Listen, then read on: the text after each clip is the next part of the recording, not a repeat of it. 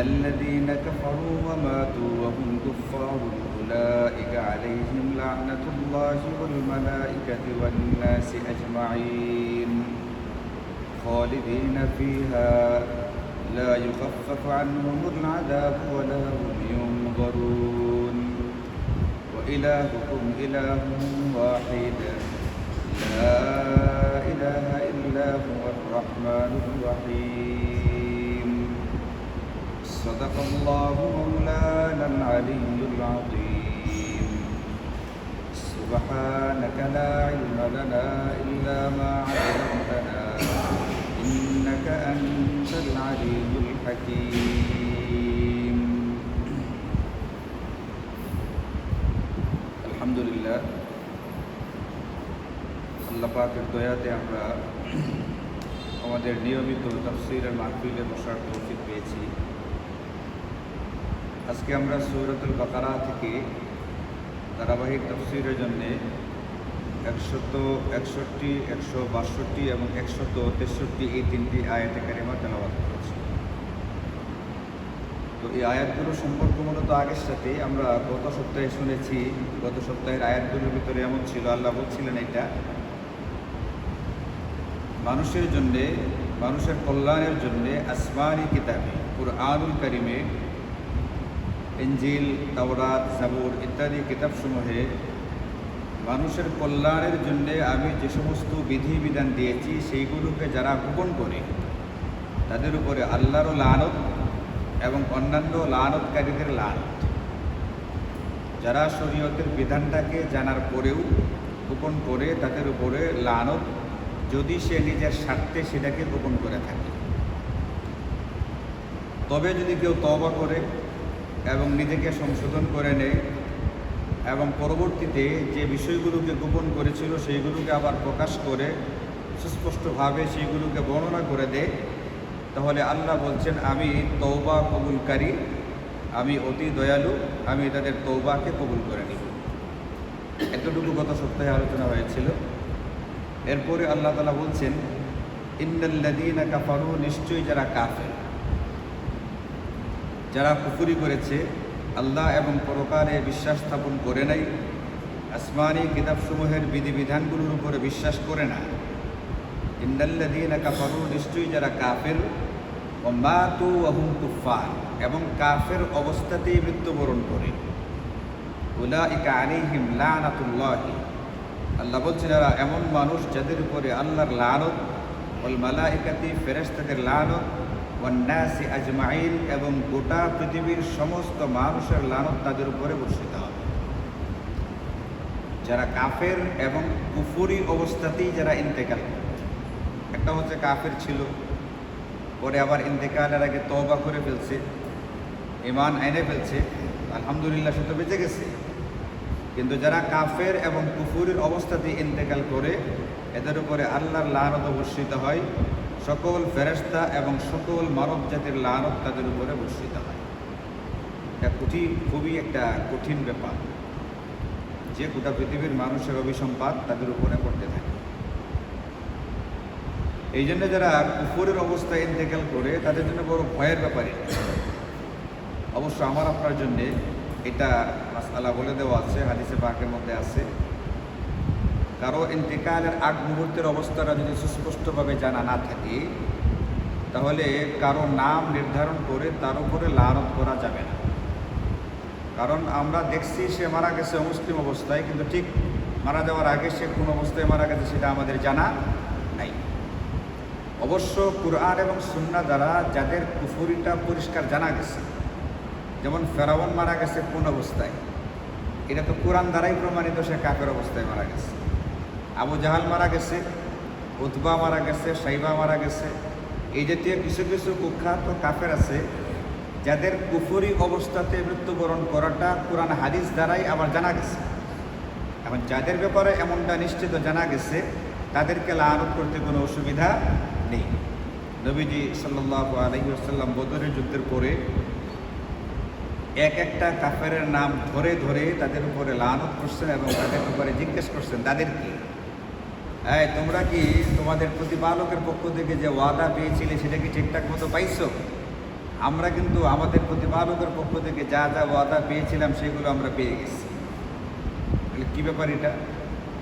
অর্থাৎ নবীজি সাল্লাল্লাহু আলাইহি ওয়াসাল্লাম দ্বিতীয় হিজরিতে মদিনা থেকে 315 জনের মতো সাহাবীকে নিয়ে বের হয়েছেন একটা বাণিজ্যিক কাফেলাকে ধরার জন্য।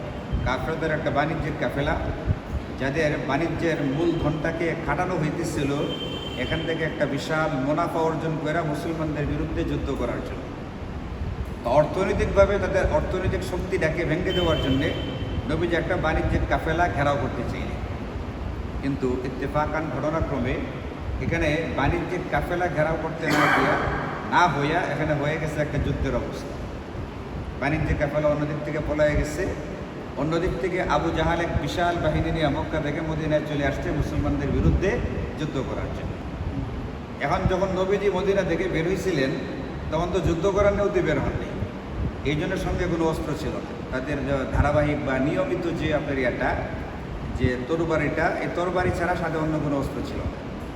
তরবারি সাথে থাকে এটা তাদের ওই সময়কার সাধারণ নিয়মই ছিল। এটা আমাদের সঙ্গে সবার সাথেই একটা মোবাইল আছে না, সাধারণ নিয়ম, তরবারি সাধারণ নিয়ম এটা ছিল। আর বাকি যুদ্ধ করার মতো মানসিক প্রস্তুতি নেই বা কোনো প্রস্তুতি নিয়ে আসেন নাই। এমনকি নবীজির সঙ্গে যারা ছিলেন তারাও যে খুব খুব যুবক, সুঠাম, সবল এরকম ছিলেন না, কারণ তারা যুদ্ধ করার নিয়তে বের হন নাই। কিন্তু পরে পরিস্থিতি এমন হয়ে গেছে এখন যুদ্ধ করতে হবে। তো নবীজি নামাজে দাঁড়াইছেন, যে কোনো একটা পরিস্থিতির সম্মুখীন হলে নবীজি নামাজে দাঁড়াইতেন, আল্লাহ পাকের কাছ থেকে আগে সহযোগিতা নিতেন।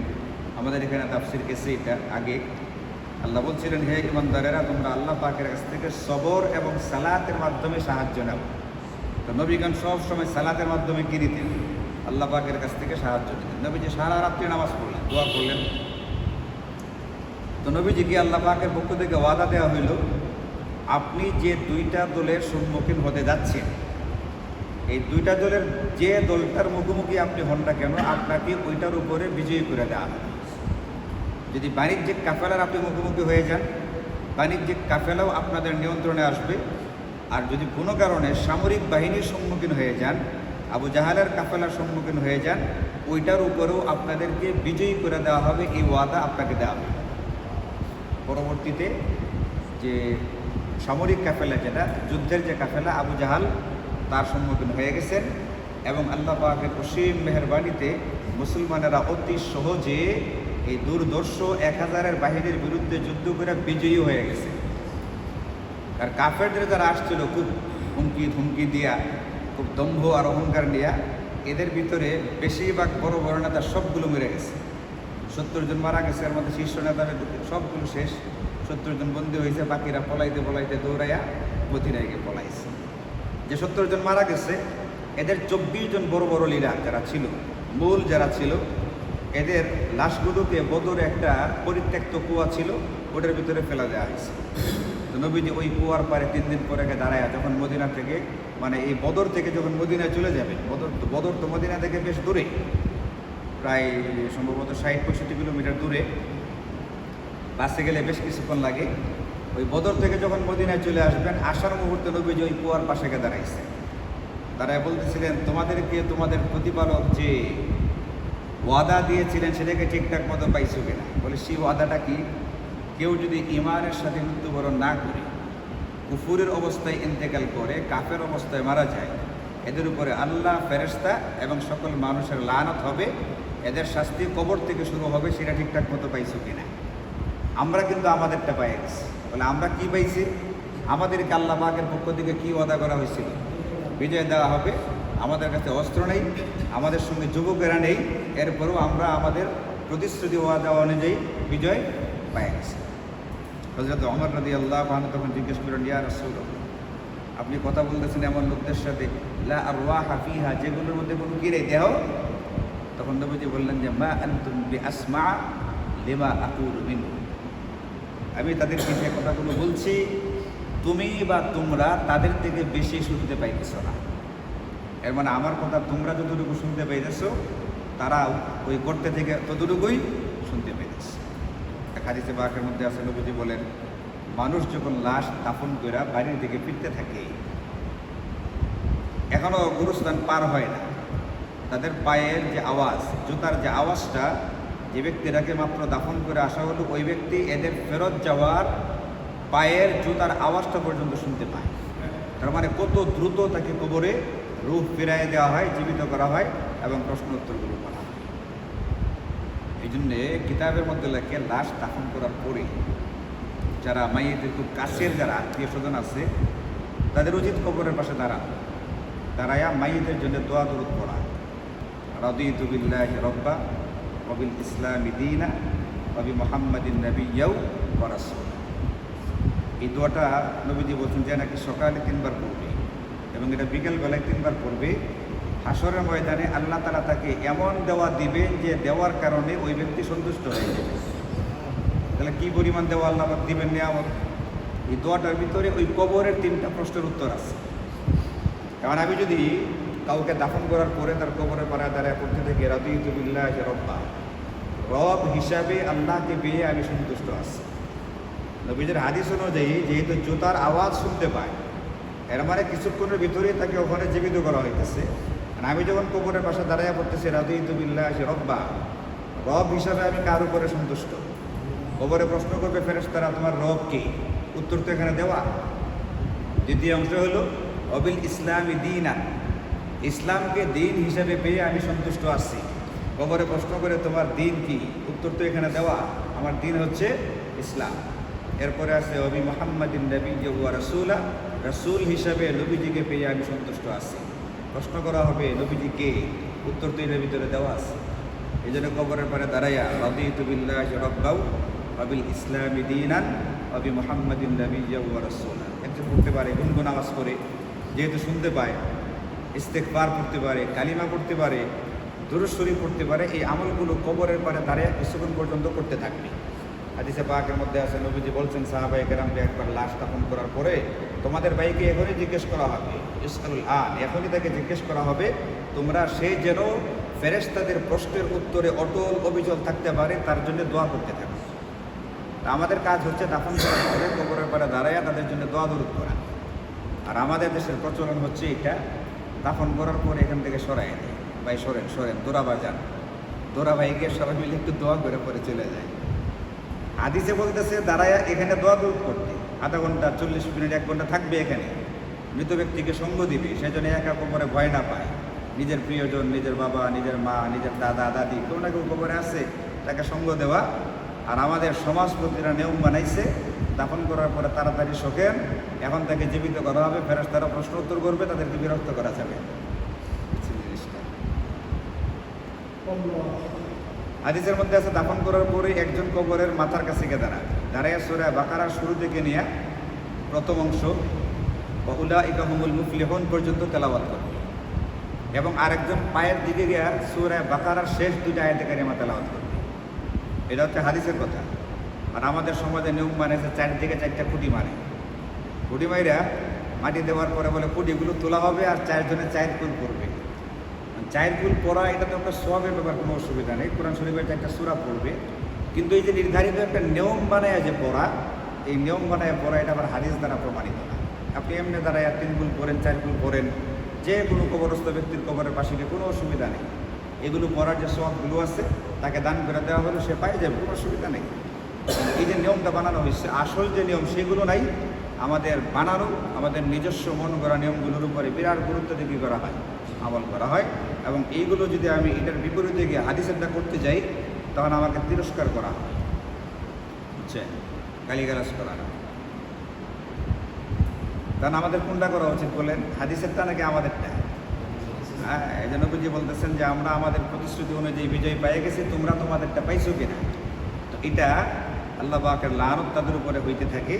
এই জন্য আমাদের করণীয় কর্তব্য হচ্ছে যাদের ব্যাপারে নিশ্চিত জানা আছে তারা কাফের অবস্থায় মারা গেছে, তাদের নাম নিয়ে লানত করতে কোনো অসুবিধা নেই। কিন্তু যাদেরটা জানা নাই তাদেরকে নিয়ে স্পষ্টভাবে নাম বলে লানত করার কোনো প্রয়োজনীয়তা নেই। এবং এই ক্ষেত্রে আমাদের আরেকটা কথা মনে রাখতে হবে, হাদিসের ভিতরে স্পষ্টভাবে আছে কোনো মানুষের উচিত না কারো প্রতি লানত করা। কারণ লানত করা হলে সেই লানত দৌড়াইয়া সাআদাতিত ইলাস সামা, আকাশের দিকে উঠতে থাকে। ওখানে গিয়ে দেখে যে ফাতুগলাকু আবওয়াবুহা মিন দুনিহা, আকাশের দরজা বন্ধ, লানত উপরে উঠতে পারে না। লানতের একটা অস্তিত্ব তৈরি হয়। কোনো মানুষ যেন লানত করে অভিসম্পাদ করে এই লানতটার একটা অস্তিত্ব তৈরি হয়, এটা আকাশের দিকে উঠতে থাকে যাওয়ার জন্য। ওখানে গিয়ে দেখে দরজা বন্ধ, আকাশের উপরে ওঠার মতো তার কোনো সুযোগ নেই, লানত নামের জিনিসটা উপরে উঠতে পারে না। তখন এটা আবার নাজালাত ইলাল আরদি, জমিনের দিকে আসতে থাকে। এখানে এসে দেখে যে ফাতুকুল্লাহু আবওয়াবুহা, তার দরজাগুলো বন্ধ, ভিতরে যাইতে পারে না। তখন লানত দৌড়ে যাইতে থাকে ইলাল্লাযী লুইনা, যার প্রতি লানত করা হয় তার দিকে এটা দৌড়ে যাইতে থাকে। ওইখানে গিয়ে যদি দেখে যে ব্যক্তিটা আসলেই লানতের যোগ্য, তাহলে এই লানত তার উপরে পতিত হয়। কিন্তু যদি সে লানতের যোগ্য না হয়, তাহলে ভয়ের কথা হচ্ছে এটা, এই লানত রজাত ইলাল্লাযী লানা, যে ব্যক্তি লানত করে তার উপরে আইসা পতিত হয়। কারণ তার তো একটা জায়গা লাগবে। আমি যখন লানতটা করলাম, এই লানত দুনিয়াতে অস্তিত্ব পাইসা গেছে, অস্তিত্ব আইসা গেছে, অস্তিত্ব পাইয়া গেছে। এখন সে একটা জায়গাতে আশ্রয় নেবে, কোথাও যখন আশ্রয় না পায়, তখন যে লানত করে তার উপরে আইসা পতিত হয়। এই জন্য লানত শুধু করতে যাওয়ারও দরকার নেই। লানত যোগ্য যে আছে, কোরআন সুন্নাহর ভিতরে পরিষ্কার বলে দেওয়া আছে কারা কারা লানতের যোগ্য। যেমন আজকে আমরা গত সপ্তাহে একটা পড়ছি, যারা কোরআনের বিধিবিধানকে গোপন করে এদের উপরে কি হয়, লানত বর্ষিত হয়। যারা সুদী কারবারে জড়িত, এদের উপরে লানত বর্ষিত হয়। যারা মদ্যপান জাতীয় কাজে জড়িত, নেশা জাতীয় দ্রব্যে যারা অভ্যস্ত, এদের উপরে লানত বর্ষিত হয়। যারা হিল্লা বিয়ে নামে একটা বিয়ে তৈরি করছে গ্রামে গঞ্জে 3 তালাকের পরে, এদের উপরে লানত বর্ষিত হয়। এরকম বলে দেওয়া আছে যে কাদের কাদের উপরে কি হয়, লানত বর্ষিত হয়। যারা আপনার এই যে চোখের ভ্রুগুলো উঠাইয়া এগুলোকে উপরে নিয়ে যায়, নিচে নিয়ে আসে, মানে মুখের ভিতরে যে বিকৃতি করে পরিবর্তন করে ফেলে, আল্লাহ পাকের দেওয়া সৃষ্টিটার ভিতরে যারা পরিবর্তন করে, যারা উল্কি আঁকায় দেহের ভিতরে বিভিন্ন রকমের, এদের উপরে লানত বর্ষিত হয়। এগুলো পরিষ্কার হাদিসে এবং কোরআনে আসে। যাদের উপরে বর্ষিত হয় তাদের উপরে আল্লাহর পক্ষ থেকে বর্ষিত হয় তার গুনাহের কারণে। আমার আপনার আলাদা করে কী করা দরকার নেই, এখানে লানত করা দরকার নেই। বিশেষ করে গ্রামে গঞ্জে যেটা হয়ে থাকে, মা বোনদের ক্ষেত্রে এটা হয়, কিতাবে লিখেছে, তারা অনেক সময় অস্থির অধৈর্য হয়ে বাচ্চাদেরকে বকাতকে দিয়ে ফেলে, এই তুই বাইরে কেমন তারস না, মানে রাগের চোটে নিজের বাচ্চাকে বলে ফেলছে। এখন পিতামাতার দোয়া 24 ঘন্টার ভিতরে যে কোনো একটা সময় কবুল হয়ে যায়। কারণ বাচ্চা যদি অতি দুষ্টামি করে, মা যদি ওইটা বলে ফেলে, আর ওইটা যদি ওই দোয়া কবুলের টাইমে হয়ে থাকে, তাহলে কিন্তু সেই বদদোয়াটা কী হবে, গিয়া তার সন্তানের উপরে পড়বে, পরে কিন্তু হাই হতাশ করলে কোনো কী হবে না, কাজ হবে না। এই জন্যে কারোর প্রতি লানত করা দরকার নাই, গালিগালাজ করা দরকার নাই। কেউ যদি গুনাহ করে, পাপ করে, এটার ফলাফল অনিবার্যভাবে তার উপরে এমনিতেই আসবে। পৃথিবীতে কেউ গুনাহ করলে এই গুনাহের একটা ফলাফল তার উপরে আসবে, তার একটা অবাল, তার একটা খারাপ প্রতিক্রিয়া, পার্শ্ব প্রতিক্রিয়া তার উপরে আসবে। এটা গুনাহের কারণে আসবে। আমি আপনি লানত করলেও আসবে, লানত না করলে। এই জন্য প্রত্যেকের করণীয় হচ্ছে নিজেকে গুনাহ থেকে হেফাজত করা। নিজেকে গুনাহ থেকে হেফাজত করলাম মানে নিজে বিভিন্ন রকমের অসুবিধা থেকে বাঁচিয়ে ফেললাম, এটা হচ্ছে আমাদের করণীয়। আল্লাহ বলছেন খালিদিনা ফিহা, এই যারা কাফের অবস্থায় মারা যাবে, এরা লানতের ভিতরে চিরকাল থাকবে, অনন্তকাল ধরে আল্লাহ পাকের এই লানতের মধ্যে থাকবে, অভিসম্পদের ভিতরে থাকবে। লা ইউখাফফাফু আনহুমুল আযাব, তাদের শাস্তিকে হালকা করা হবে না। এমন না যে প্রথম দিকে শাস্তিটা খুব কঠিন প্রকৃতির দেওয়া হবে, আস্তে আস্তে মাত্রাটা কমায় আনা হবে, না, জাহান্নামের শাস্তির এরকম কোনো সিস্টেম নেই। শুরুতে যে পরিমাণ তীব্র ছিল, মাঝখানেও এই পরিমাণ তীব্রই থাকবে, শেষ লাগাতে এই পরিমাণ তীব্রই থাকবে। সবচেয়ে বড় কথা হচ্ছে জাহান্নামের শেষ বলতে কিছু নাই, লা ইয়ামুতু ফিহা ওয়া লা ইয়াহইয়া। আল্লাহ তাআলা আমাদেরকে হেফাজত করুন। ওখানে মরবেও না, বাঁচবেও না। মরবে না তো মারার কোনো সিস্টেমই নেই, বাঁচবে না মানে বাইরে থাকলেও এটা বাঁচার মতো না। একটা রোগী আইসিইউতে আছে, একটা রোগী বিছানায় পড়ে আছে বছরের পর বছর, আত্মীয় স্বজন সেবা করতে করতে দেখতে বিরক্ত হয়ে গেছে, এমন শরীরে পোকামাকড় ধরে ফেলছে, এটাকে বাঁচা থাকা, এই বাঁচা থাকার কোনো অর্থ নেই। এই জন্য আল্লাহ বলছেন যে লা ইউখাফফাফু আনহুমুল আযাবু ওয়া লা হুম ইউনযারুন, তাদের শাস্তিকে হালকা করা হবে না। ওয়া লা হুম ইউনযারুনা, এবং তাদেরকে কোনো রকমের অবকাশ বা সুযোগ দেওয়া হবে না। অবকাশ বা সুযোগটা কি? গত কয়েকদিন আগে ব্যাপারে পড়লাম, একজন ডিআইজি পদমর্যাদার পুলিশ অফিসার, তিনি বলতেছেন তিনি রাজসাক্ষী হতে চান। একটা মামলায় তিনি গ্রেফতার হয়ে আছেন, কি মণ্ডল যেটি নামটা ব্যাপারে, উনি রাজসাক্ষী হতে চান। এর মানে কি? এর মানে হচ্ছে মামলা যে গতিতে চলছে, যেভাবে চলছে, যদি এইভাবেই চলে, তাহলে তার একটা বড় রকমের শাস্তির কি আছে, একটা ভয়, এবং সে চাইতেছে সুযোগ নেওয়ার জন্য। আমি রাজসাক্ষী অলরেডি কিন্তু কিছু কিছু মামলায় আগের একজন পুলিশ প্রধান, তিনি একবারে কি থাকেন যেন, পুলিশের যে সারা দেশের যে প্রধান থাকে, কি বলে, আইজি, একজন আইজি কিন্তু রাজসাক্ষী হয়েছেন অলরেডি। এই জন্য তার একটা মামলাতে রায় দেখলাম, অন্যদের যেখানে অনেক বেশি হয়েছে তার হয়েছে মাত্র 5 বছর। এরকম কিন্তু ডিআইজি চাইতেছেন একটা সুযোগ নিতে, রাত সাক্ষী হয়। তো দুনিয়ার জিন্দেগিতে এই ধরনের সুযোগ চাইলে সুযোগ দেওয়া হয়, কিন্তু আল্লাহ বলতেছেন পরকালে ওয়ালা হুম ইউনজারুন, আর কি দেওয়া হবে না, ওখানে আর কোনো রকমের সুযোগ দেওয়া হবে না। রাত সাক্ষী হইতে চাইলে রাত সাক্ষী হইয়া শাস্তি কমায় ফেলা হবে, এই সুযোগ ওখানে দেওয়া হবে না। পরকালে যাওয়ার পরে কোনো তওবার সুযোগ দেওয়া হবে, আর না পরকালে কোনো উজর আপত্তি পেশ করার সুযোগ দেওয়া হবে। উজর আপত্তিও চলবে না এবং কোনো তওবারও কোনো সুযোগ দেওয়া হবে না। সূর্য পশ্চিম দিক থেকে উদিত হওয়ার আগ পর্যন্ত তওবার দরজা আল্লাহ খোলা রাখছেন। যত বড় গুনাহগার, যত বড় পাপী হোক না কেন, তুমি তওবা করো। তুমি যদি গুনাহ করতে করতে আসমান পর্যন্ত গুনাহ করে ফেলো, তুমি আসমান ভর্তি পরিমাণ গুনাহ নিয়ে আল্লাহ পাকের দরবারে আসবা, আল্লাহ পাক তোমাকে আসমান ভর্তি পরিমাণ তওবা দিয়া তোমারে গ্রহণ করে নেবে। কিন্তু আমার পক্ষ থেকে তওবাটা থাকতে হবে, ইস্তিগফারটা থাকতে হবে।